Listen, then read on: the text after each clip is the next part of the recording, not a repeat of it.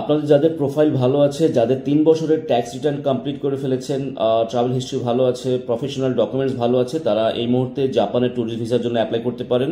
জাপানের ট্যুরিস্ট ভিসার জন্য কিন্তু অনেকদিন যাবত অ্যাপয়েন্টমেন্ট পাওয়া যাচ্ছিল না। এখন বর্তমানে জাপানের ট্যুরিস্ট ভিসার জন্য অ্যাপয়েন্টমেন্ট অ্যাভেলেবেল। আপনারা চাইলে আগামী মাসে যে কোনো সময় অ্যাপয়েন্টমেন্ট পাচ্ছেন অ্যাভেলেবেল। আপনারা চাইলে আমাদের মাধ্যমে ফাইল প্রসেস করাতে পারেন, নিজেরা আপনারা ফাইল প্রসেস করতে পারেন।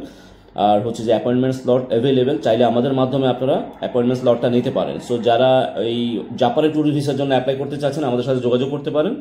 এবং আমি বারবার বলি আপনাদেরকে যে যাদের প্রোফাইল ভালো আছে, প্রোফাইল স্ট্রং আছে, ট্রাভেল হিস্ট্রি ভালো আছে, 3 বছরের ট্যাক্স রিটার্ন কমপ্লিট আছে, আপনাদের প্রফেশনাল ডকুমেন্টস ভালো আছে, হচ্ছে যে আপনাদের ফিনান্সিয়ালি সলভেন্ট, এবং হচ্ছে যে স্পেশালি তাদের জন্য যারা ফ্যামিলি নিয়ে অ্যাপ্লাই করতে চাচ্ছেন তাদের জন্য ভিসার রেশিও বেশি ভালো। সো যারা সিঙ্গেল অ্যাপ্লাই করতে চান, যাদের প্রোফাইল ভালো আছে, তারা অ্যাপ্লাই করতে পারেন। Slot available, appointment slot. আর হচ্ছে যে যারা ফ্যামিলি নিয়ে অ্যাপ্লাই করতে চাচ্ছেন তাদের জন্য খুবই ভালো একটা মোমেন্ট যাচ্ছে, ভিসার রেশিও খুবই ভালো জাপানের জন্য। অনেকে আমাকে বলে যে ভাই জাপানের জন্য কি ইনভিটেশন লাগে কিনা বা ম্যান্ডেটারি কিনা। ভাই যারা হচ্ছে যে যাদের রিলেটিভ আছে বা ফ্রেন্ডস আছে, যারা ইনভাইটেশনটা ম্যানেজ করতে পারছেন, তারাই শুধু আপনারা অ্যাপ্লাই করবেন ইনভাইটেশন দিয়ে। আর যাদের ইনভাইটেশনের কোনো সোর্স নেই, কোনো রিলেটিভ নেই, কেউ নেই আপনাদের ওখানে, আপনারা ইনভাইটেশন লাগবে না, সরাসরি আপনারা হোটেল বুকিং দিয়ে আপনারা এই জাপানের ট্যুরিস্ট ভিসার জন্য অ্যাপ্লাই করতে পারছেন।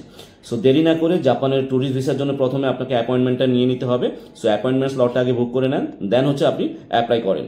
আমাদের মাধ্যমে করেন, নিজে করেন, অন্য কোনো ট্রাভেল এজেন্সি দিয়ে করেন।